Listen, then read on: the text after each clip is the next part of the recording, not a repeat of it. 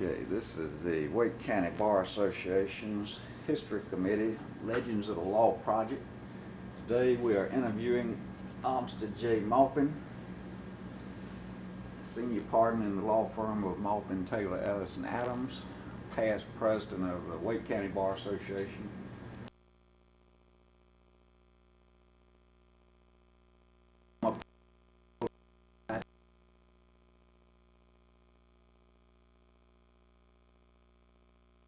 Apprehensive about this proceeding. I've never been questioned on my personal life before, neither in court or out of court, except out of court sometimes. Family matters, those of you mean.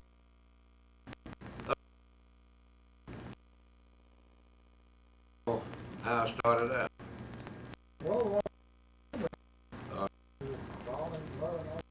My mother was a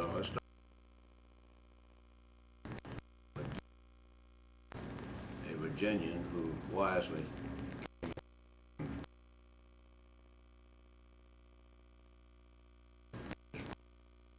of it at that time, so it was sort of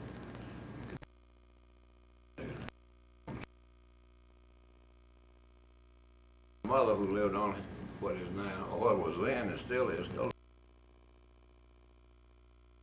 in me. 14 November the 10th.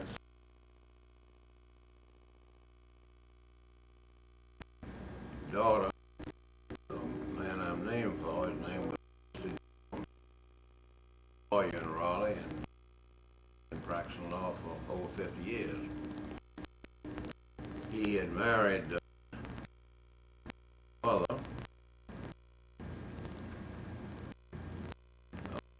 1912. She was the daughter a lady named Nancy Haywood, and named a Confederate general,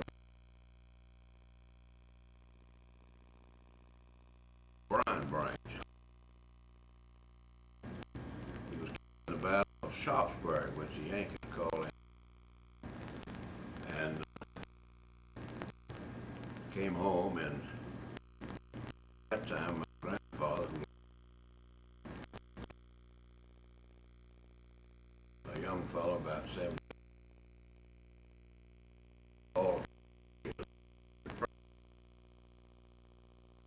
and they put him in Peace Institute, now Peace College. At that time, and my grandmother was over there.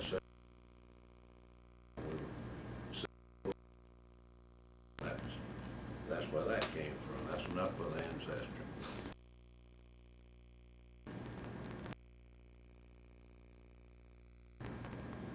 I was born. Sister is the youngest. She is. They've lived all over the world with. Now, Cincinnati, Ohio, the last 40 years.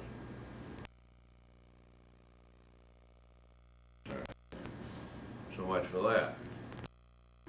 I went to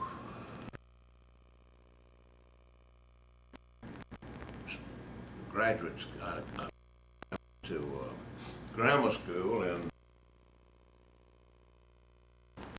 the old Murphy School.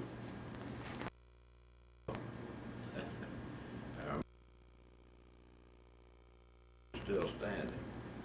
Now, in the second grade, it was the only school in that area, and I was about a mile to get there and back because I was living on Hillsborough. And the governor's mansion was about 2 or 3 blocks away, and the governor's daughter, that was Governor Agnes Maupin, was in my class. She and I caused disruptive behavior over various things, which I won't.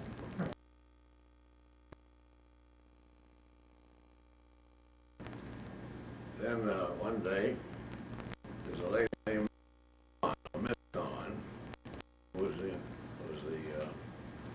principal, and she was a very stern. She would put a leather strap and sharp razors on it in the windowsill of our office built overlooking the playground. And I'll never forget the day when my friend that I grew up with his foot all bloody, the whole shoe, bicycle and going to what was known as the rock quarry. Shot himself through the foot. So much for grammar school. Wiley School, because you live near, well, what? That was before Wiley School. Then the next thing in this illustrious career, where are we? Went to high school. Started out as junior on Maupin, behind the old water tower, which is still standing there. I believe it's an architect's office now. And I remember, that's funny how you remember, who taught us science. And he started the class every morning. It was a ramshackle building by getting up his teeth in front of everybody in the classroom. How you remember these? Anyway, maybe I should have followed his lead on that. After that, I transferred to Hugh Mawson School, and I was there for 1 year. At the same time, they were building Needham Broughton High School, and it's right down the middle, and those of us who lived on the west side of Raleigh went to Needham Broughton. I was there the first day and graduated from there in 1931.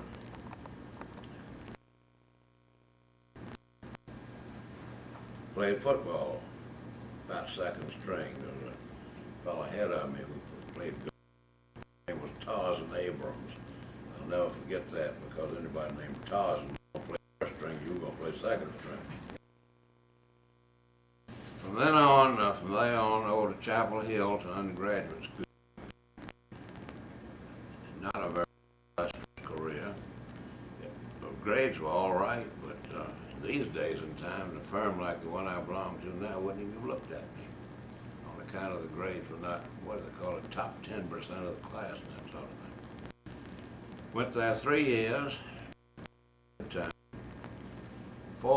Fourth year, and then those days you could go into law school your fourth year at Chapel Hill, which saved the whole senior year, because at the end of that fourth year you had 1 year of law behind you, and then you had an A.B. degree in government, or whatever mine was in government.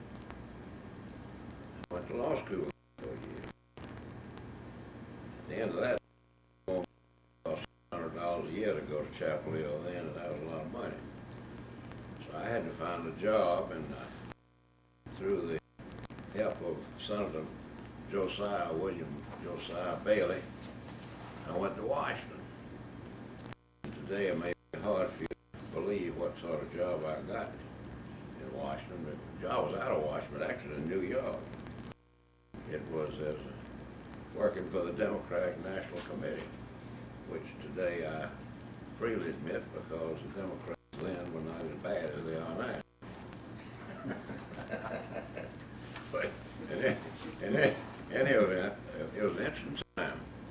I roomed with Pete Williams of Raleigh, who's now a very successful retired real estate man. What year are we talking about? We're talking about 1936. And it was Roosevelt's second. It was fascinating because the world opened up to me, and I saw a lot of different kind of people I'd never seen before.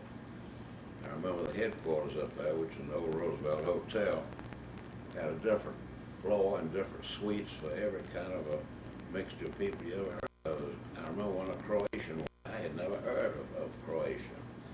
Another was a Ukrainian one. People that came to this country and were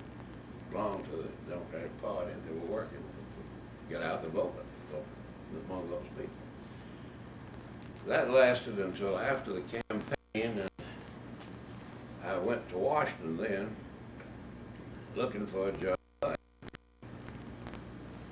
had gone to New York to begin with, thinking I could go to night school at the New York University Law School down in Washington Square, but that was not possible because I was working about 18 hours a day, and there was no way. We were all over the place.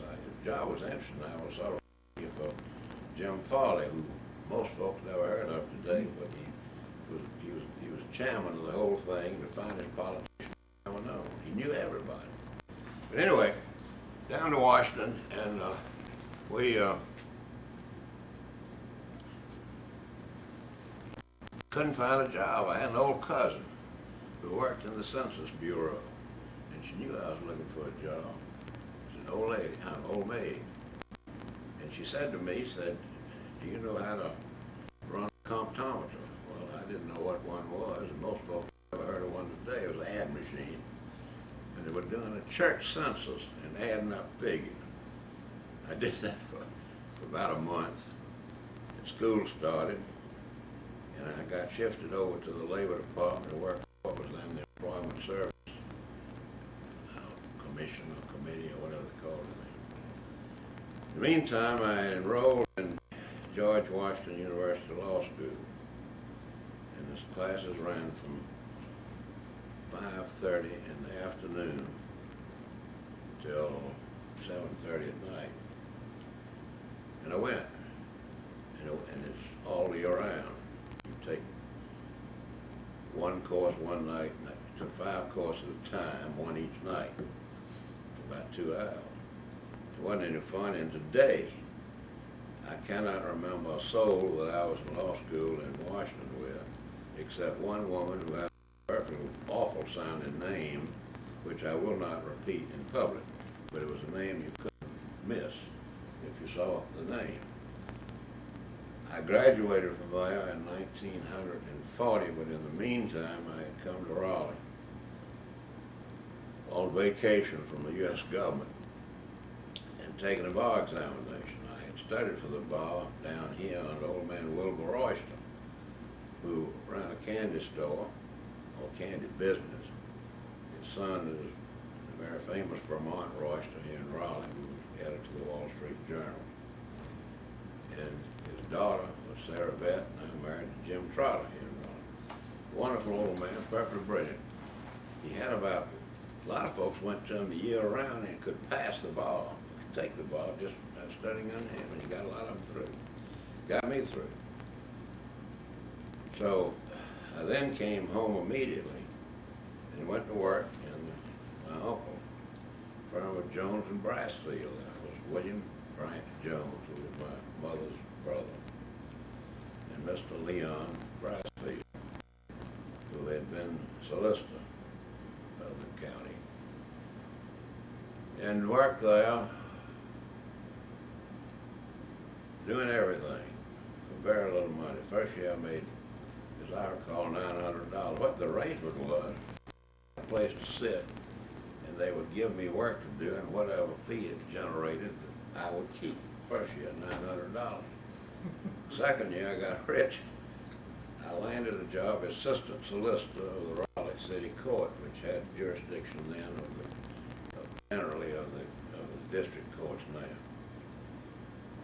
And that paid $100 a year, so that upped me some.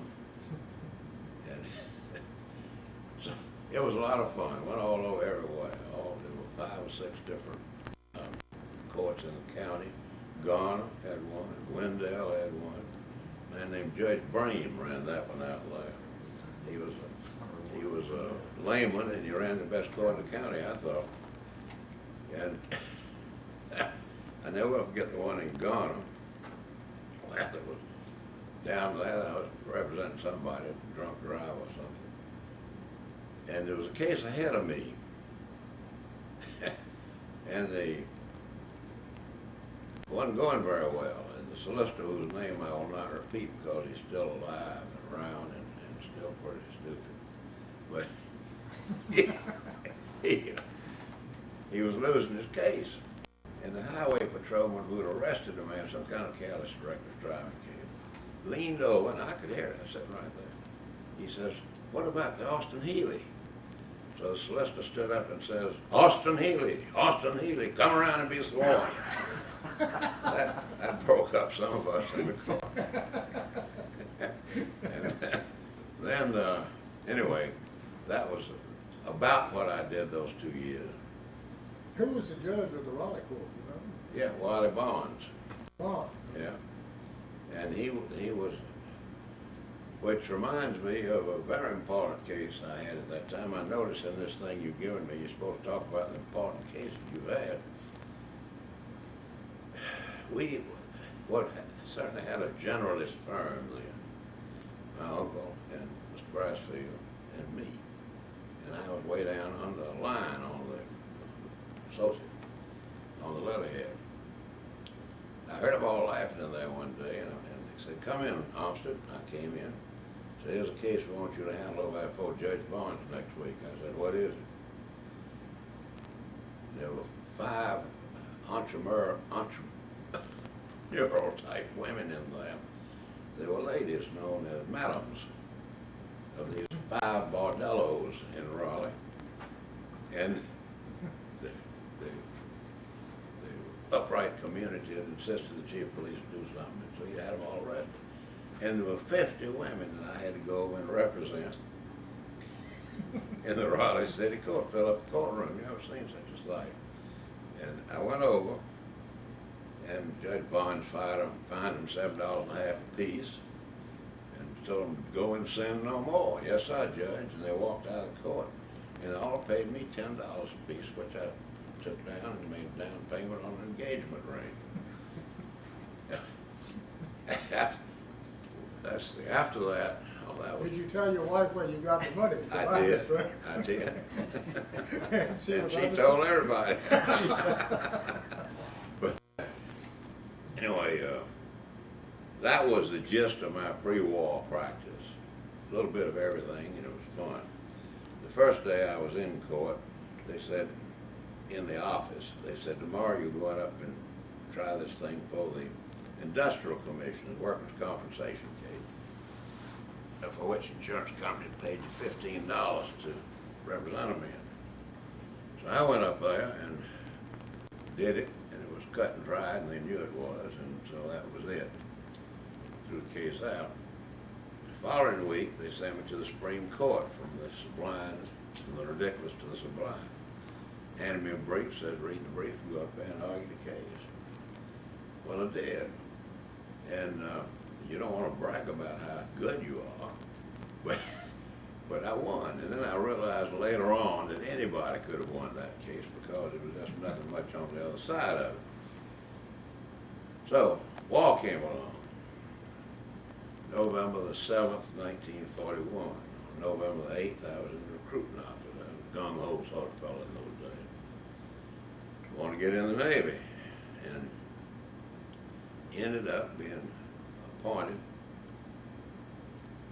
an apprentice seaman in the United States Navy with a promise that they would send me as soon as they called me up to training school to become a midshipman and then to become an officer. But it happened. At the end of, I went to midshipman school at Northwestern University, got out of it, never could have learned navigation, but did and passed it all in the book and all the theory, which done work aboard ship. It hadn't been for a quartermaster who was 18 years old, when I got to be captain of that small ship. We never would have gotten across the Pacific Ocean without that kid on that showing me how to get the star sights and things. Now, all the young folks that I know have fishing boats, push a button, it'll tell them within 100 feet where they are. Amazing. That ain't the way it was in the middle of the Pacific. Won't bore you with a war, miss. I stayed out there for a long time, had command of a minesweeper. We were in the various invasions and landings. We worked with the amphibious forces. They would send us in first behind what they claimed was a smoke screen to see if any mines along the beaches. And you all know about this, but anyway, I was not a hero. I was, if you ever remember the Caine Mutiny, court-martial, and the captain of that ship, Quig, when they would take his minesweeper alongside the beach, he'd walk over the other side of the deck house. And I swear, I said, you felt like doing it. I could understand. But anyway, came back after the war and settled down in Raleigh, and my uncle had died in the meantime when I was overseas. So Mr. Brasfield asked me to come in with him. So I was all set. We had a 1/3 and 2/3 agreement, which was damn good. Excuse me, Mr. Campbell, at that time. And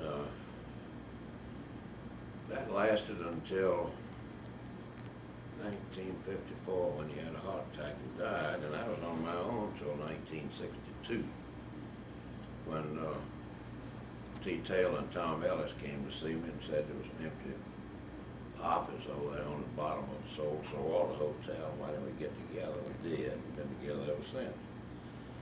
Except Taylor has run off now and claims to be a Virginian and is retired. He's in Lexington. Now, we've gotten all that background in the way. We have, I comment on this is a large firm, as you know, by North Carolina standards. UL has been in one. And quite frankly, it's not as much fun as it used to be. And I often feel sorry for the young people because they're relegated to a small area of the law, and they work rather hard on that. I like it now because I don't have to do very much. I'm here every day, but nobody seems to supervise me, and I can disappear from time to time. And Gerald and I like to travel, and we just come back from a wedding in England, something I thought I would never do as long as I lived, but it was fun. It was snowing in London, can you believe it? Anyway, later on, I think from this outline you give me, we're going to talk about what I think about the practice of law and so forth. Yeah, how would you compare the quality of the lawyers you were with when you first started out, so when you got back from the war, those years, to what you see today? You mean how the lawyers are, what they do, and all that? What you mean quality? How good they are? Yeah, the quality, how good, what's different about? There's a whole lot of difference in this age of specialization. First of all, I used to practice very much criminal law up until the time we started this firm in 1962, and it was fun. And I never will forget William Bickett, who was the solicitor of this district for years, and he was absolutely the best prosecuting officer I've ever known. And Bill, bless his heart, is now in heaven, and will forgive me when I say he's one of the sorriest judges later on I ever saw, because he would cut off his earphone and just bore it to death. And folks have asked me, why did you ever want to be a judge? I said, my God, sit there and listen to that stuff all day long, it'd be horrible. It would be. The lawyer in this firm was dying to be a judge. I think he'd make a good one. I can say it now. I remember when they held court up in the federal courthouse. They were tearing down the Wake County courthouse. Oh, yeah. And they had Bickett over there, tell the story about Hunt Parker said he ought to hold court. Senior resident judge ought to hold court, and he went over there, and didn't he continue all the cases? Didn't want to hear him before Hunt. Bickett was something. He would go up in the old courthouse where the new present one is, and lean on the jury box and be just as confidential with people on the jury. And he had him a chair that was right up against the box, and he would lean over there and just talk to him. He was invincible. He was a heck of a good solicitor. On this thing, where do we go? Talked about me and something on this thing said, what judges was I impressed with as they came along? Who were the judges who were your mentors or from you learned the most memorable lessons about lawyering? this first one is controversial, but he's one of the greatest judges I ever saw. That's R. Hunt Parker, former Chief Justice of North Carolina Supreme Court, most impeccable fellow I've ever known in my life, most autocratic man I've ever known in my life, and one of the most interesting men I've ever known in my life, and an excellent lawyer. And Joe Branch, who later became Chief Justice, could mimic him better than anybody I've ever known. Among the judges, Sandy McKimmon was one of my favorites, top flight man. Very fond of Pilston Godman, especially after he retired and came to live in my neighborhood. We became good friends. Dan Moore was governor.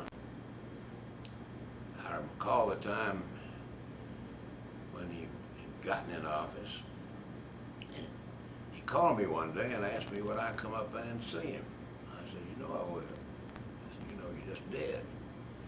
And I went up there and he said to me, and why is it that you and Colonel Joyner are the only two lawyers in Raleigh who have recommended Pugh Bailey for appointment to the bench? Pugh would like this, incident. I said, well, I tell you why. The only two who voted for you. And I think that's about right. But anyway, he appointed Pugh, and Pugh turned out to surprise a lot of folks, to be a damn good judge. I think you all will agree. He was fearless and he was smart. Who else we got? Naomi Morris. Governor Moore had appointed her to the Court of Appeals, and she became the senior judge eventually. And we called her Peanut, at least those of us who were around her age and could be familiar with her. She's now dead, died too soon, was a splendid judge. Raymond Mallett. I'll never forget when Raymond Mallett came as Superior Court judge to Wake County, where he tried his first case in his first term of court after the appointment, I think by Moore too. I've forgotten who appointed him, but anyway. We were in the little courtroom in the old courthouse up on the second floor that turned the balcony into a courtroom up there. And he was the sternest fellow you ever saw in your life. We just thought him mean. Banged down, he said, who's that reading the newspaper in the back of this courthouse room? Take that newspaper and get out, was a rather prominent lawyer. I forget who he was. But that's the way Raymond started. He became, in my opinion, one of the best judges we ever had. And there's been a lot of good ones. And he later went on the Court of Appeals.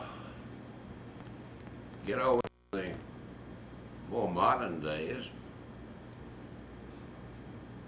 In the federal courts, Frank Bullock was an associate in this firm when he started out, after being, I think he was clerk to Hunt Parker. He was clerk for Chief Justice Parker. That's what I thought. And Frank came here and started out here. And he's a good lawyer. And I understand when, by, I suppose Reagan, wasn't it? And Nixon, wasn't it?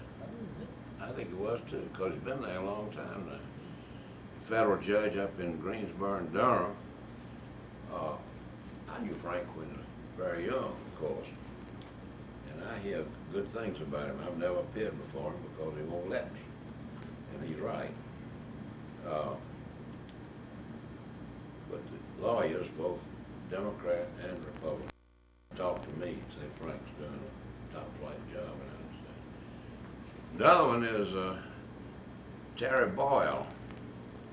Terry Boyle is a federal judge, and his seat is in Elizabeth City, in the Eastern District. And he's a young fellow that came down here and married the daughter of a member of this firm. And when he got appointed, he was appointed by Reagan. Nobody knew what he was going to turn out. And I hear the same things about him, that he's doing a good job down there in that district. Now, one I'm particularly fond of because as my friend Al over here would claim I'm to the right of Genghis Khan, and he'd probably be right. But it's Malcolm Howard from Greenville. He's a flamboyant fellow. He went to West Point. Turned out to be, I think, an excellent lawyer after he got on the bench. And the main thing he did was disbar that fellow Kunstler from practicing law in the Eastern District of North Carolina, which is enough to put on his tombstone in my book. Anyway. Wasn't his father the clerk of the federal court, Sam Howard? No, don't think so. Who was Sam Howard out of son as practicing? I don't, this man is too old for that to happen. I don't think so. They want to know here what lawyers had an influence on me. I'm going to mention my old law partner, W.W.T. as we call him, Taylor. Now retired, remarried, he was widowed, remarried, gone to Lexington, Virginia. And, but he was a lawyer's lawyer. He was one of the brightest fellows I ever saw. And he tells this story himself. He went to Carolina for 1 year, back during the Depression. Then he went to Davidson for 1 year. Then he went to Wake Forest Law School in the town of Wake Forest for 1 year, under Dr. Gully over there. He took the bar and passed it after 1 year, and had to wait a while, as I believe the story goes, before he was old enough to practice, 21 years old. That was the extent of his education, but the proudest day of his life, I think, was just 2 or 3 years ago when Campbell University gave him an honorary degree as a Doctor of Laws. He had an amazing memory. Could quote Shakespeare by the page. You got a problem, you go in. He said, "Let me look at Taylor on Law." He opened up his scrappy looking old notebook. Oh yes, and then he would tell you exactly what you were looking for. Now, somewhere in here you wanted to know what I thought about what values a judge should have, and I think this is true for lawyers. And I wrote this down so I would remember it. I'm not like T. Taylor. I couldn't recite it with him. Socrates said, 4 things belong to a judge: to hear courteously, to answer wisely, to consider soberly, and to decide impartially. How that old Greek knew those things, I do not know, but I agree with every word he said. Francis Bacon followed him up and said about judges, integrity is their portion and proper virtue. I agree with that. So I think a judge and lawyers ought to have integrity, they ought to be learned in the law, they ought to be courteous, and they ought to be industrious.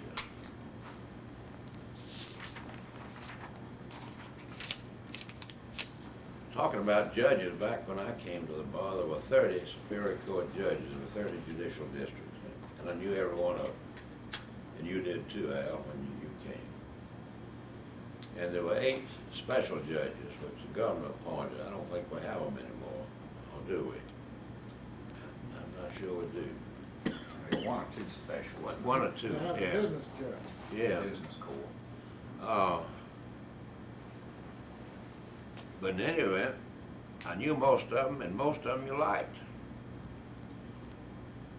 Today, there's so many of them, and if you want me to be perfectly frank about it, we've got some splendid judges, and we've also got some that ought not to be judges, in my opinion. I just don't think they're equipped for it one way or the other.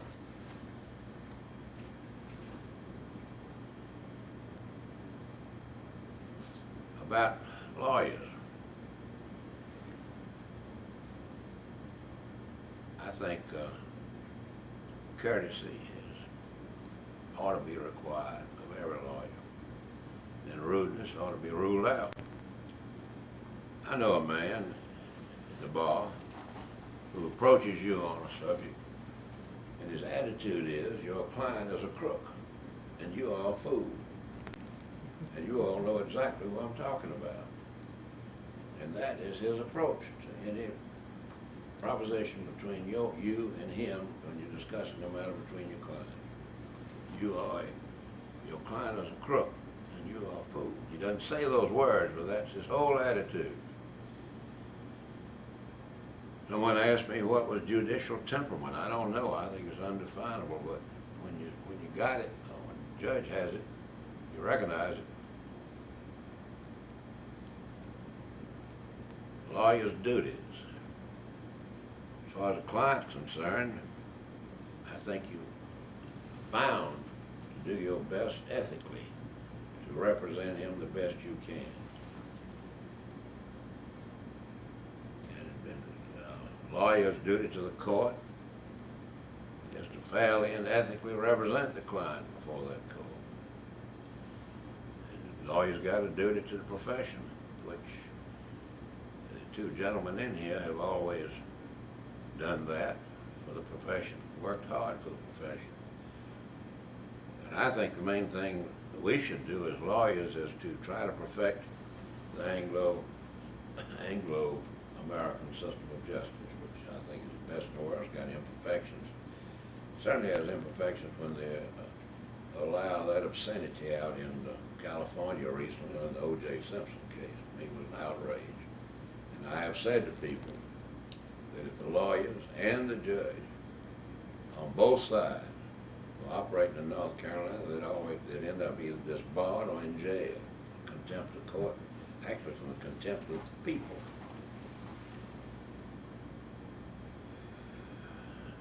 Question about ethics. Somebody, I asked an ethical question of mine, was T. Taylor. And I said, what do you think of this? I'm worried about it. He said, I'll tell you what an old professor told me, I think it was Dr. Guller. He said, if it's a question in your mind, don't do it. Question, don't do it. And I think he's exactly right. It's awfully hard in a firm of this size, and Al and your size, and all the rest of them, they come in and, well, let's get on professionalism. What's happened to the practice, to me, is bad. The individuals are good people. The young people I know in your firm and in my firm, they're the ones that we can know best. Work hard, work too hard. And that is what's wrong, and I'm drifting around on this thing, but what's wrong is something called billable hours. Billable hours, as you all know, is you charge the client by how many hours at a certain rate per hour, what work is done on his case, on his file or whatever, or in court. It's bad on the young lawyers because they're paid, believe it or not, and everybody will deny it, but I know it's true. They are reimbursed according to how many billable hours they produce that they collect on. Purely commercial, and they know it. And the client suffers because some of them have a very heavy pencil when they're putting down how many hours they've done on such and such a thing. I remember one came to me, the young man isn't here anymore, he's a perfectly honorable fellow. He sent a client a bill, I was getting ready to send a bill, I was checking it. For 12 hours for determining what is agency. He told me he had looked at all the books, looked at Lexus, looked at Westlaw, and all those things, which cost an arm and a leg running one of those machines.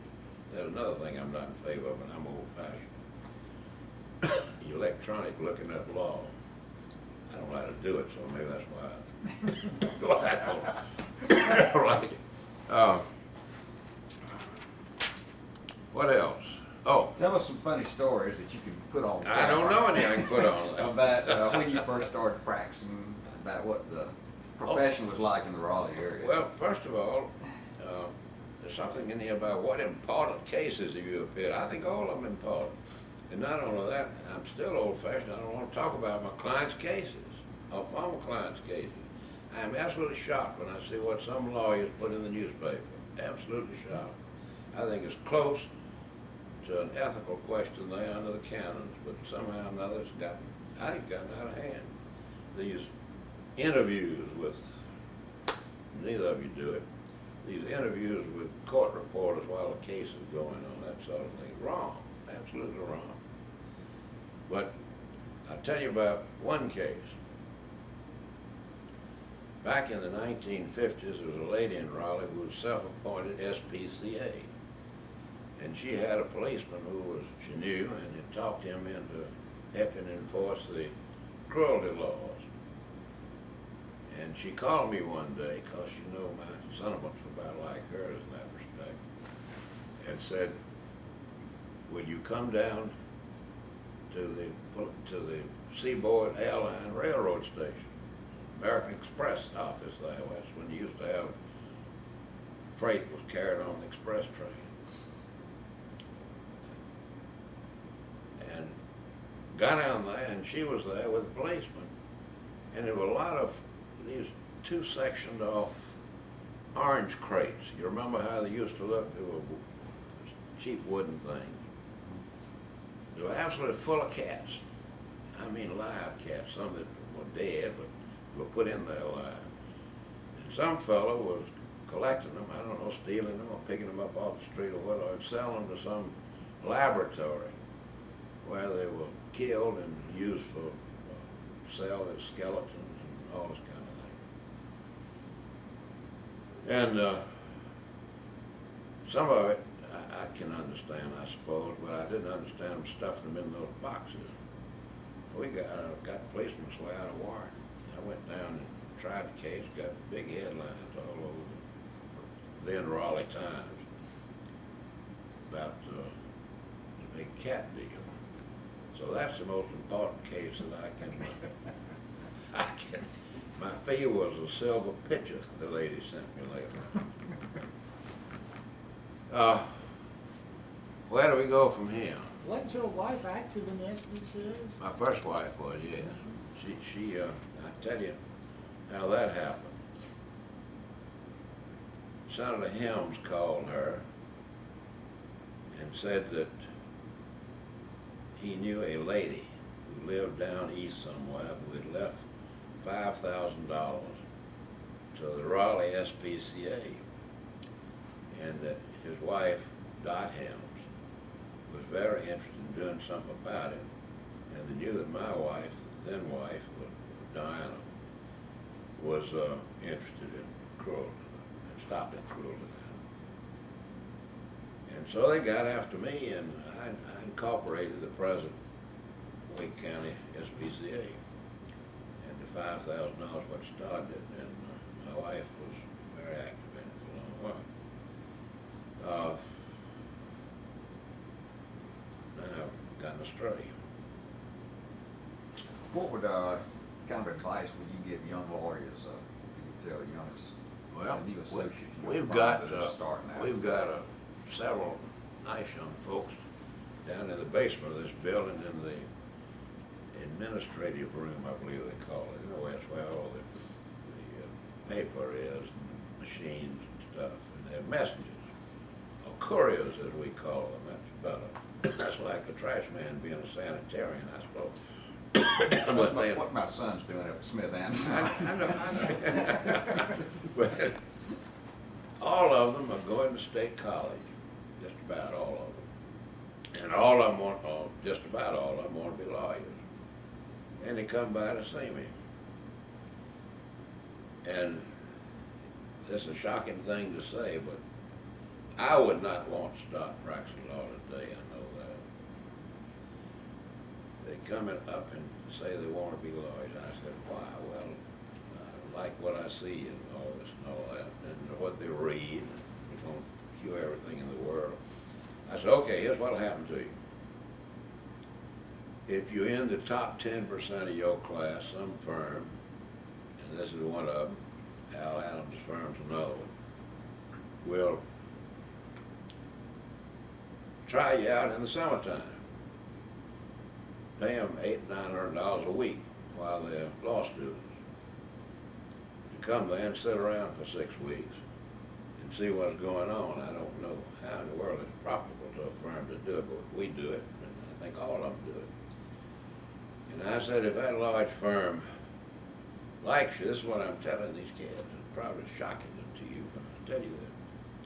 I said, then they're going to court you, and they're going to bring you and your wife to Raleigh, and they're going to try to find you a place to live, and they're going to give you a bonus for moving expenses, and then they're going to pay you more money than I made in the first 25 years I practiced law, right off the bat.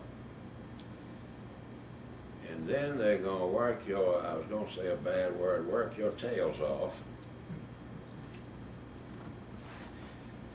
And night and day, weekends, I frequently find out somebody's worked up here on the weekend. And one of them slept on the floor one night. Literally, some years ago. And the idea is they're ambitious and want to get ahead, but there's no life for anybody. And I know of some families that broke up as a result of it.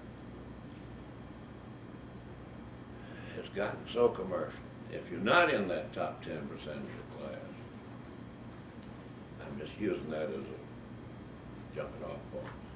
Then you graduate and you haven't got a job. So you get in with some other young person and you go down somewhere near the courthouse and you wait around to be appointed in a criminal case.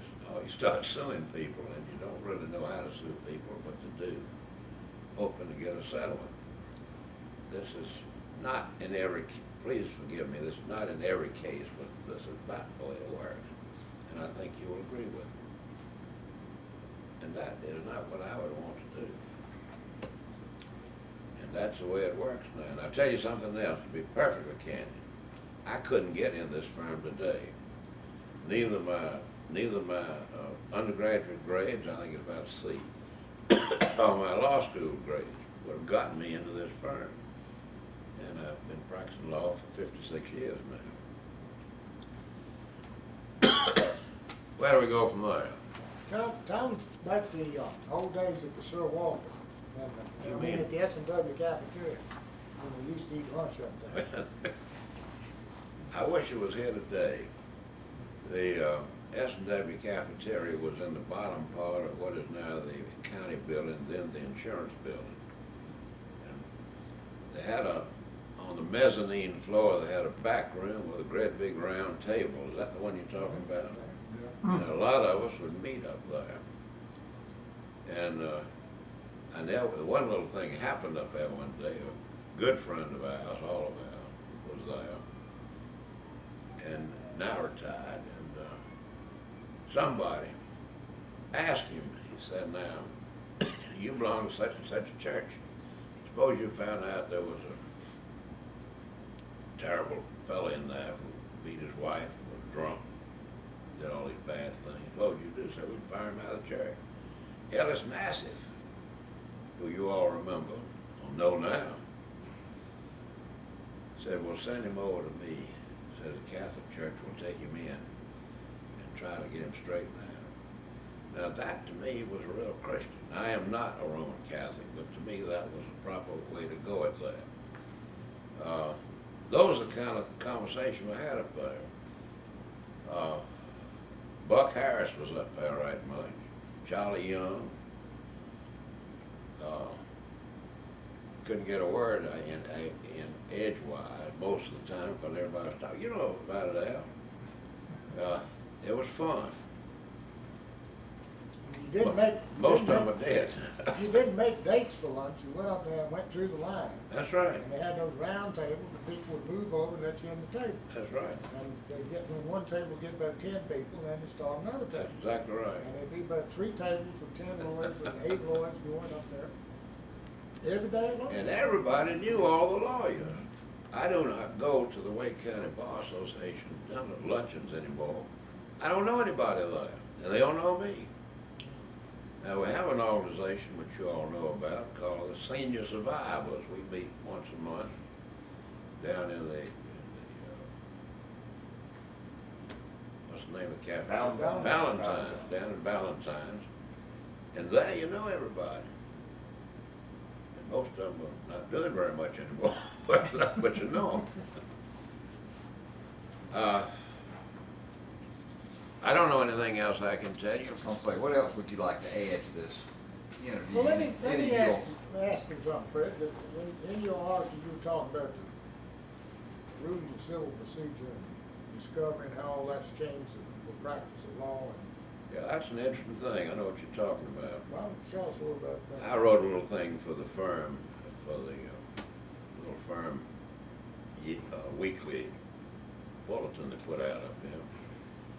And somehow or another got into the Wake County Bar Bulletin. And I had a letter.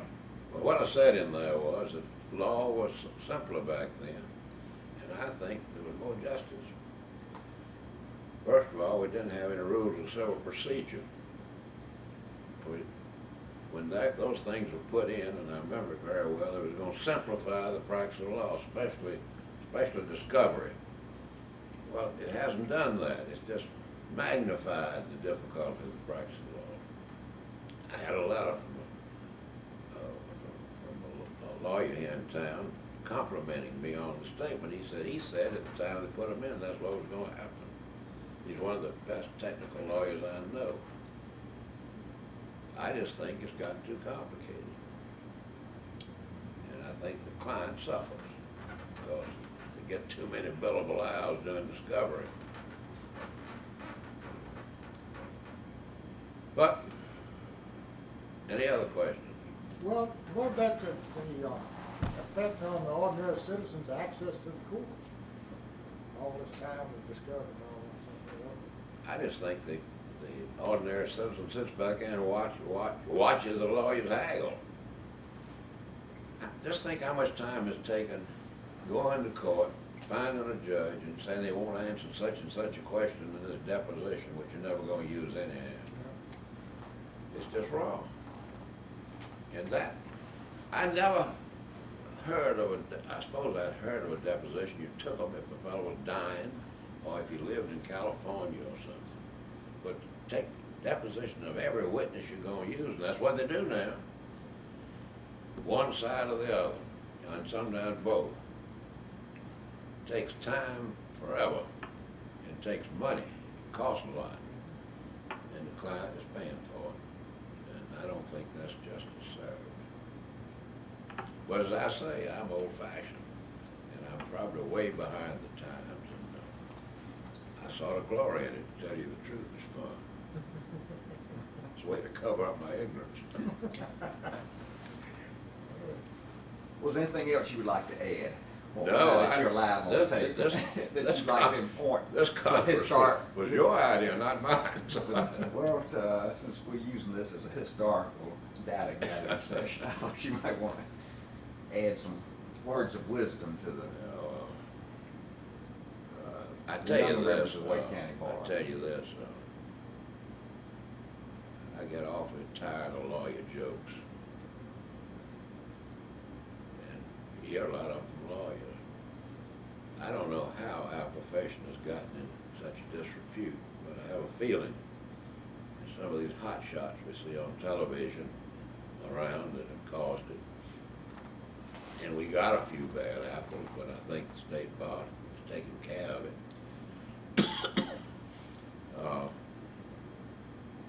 I don't know. I find that most of the lawyers I deal with are honorable gentlemen and qualified in the practice. You may disagree with them about various things. Al here and I have never voted for the same man in our life, but I respect him and I think he respects me. And he's a damn good lawyer.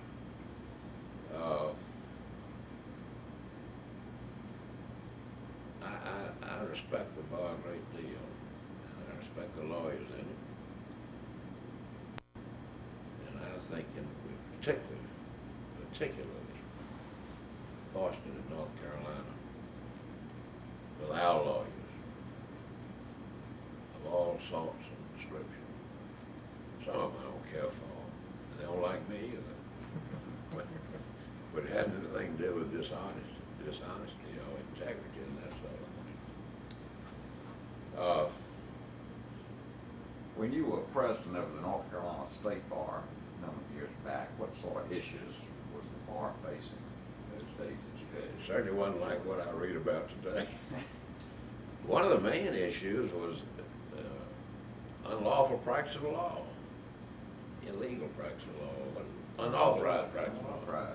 Everybody in the world was doing legal things which they didn't know how to do, and getting people in trouble. And I remember Ed Cannon,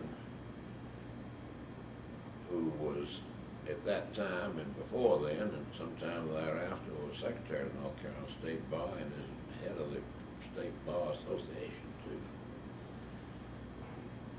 He was tough and he didn't tolerate that sort of thing, and he would go at it. But the bar was smaller then, and they need a bigger organization as they have now. When I go out to Cary and see that building we've got out there for the State Bar Association, and then down on what was Federal Street where the State Bar has a building. I remember when I was president of the State Bar in 1960, 59 to 60, we had 2 or 3 rooms in the Justice Building for both of those organizations. Now, I understand today you can't do that. So, but it's more fun then.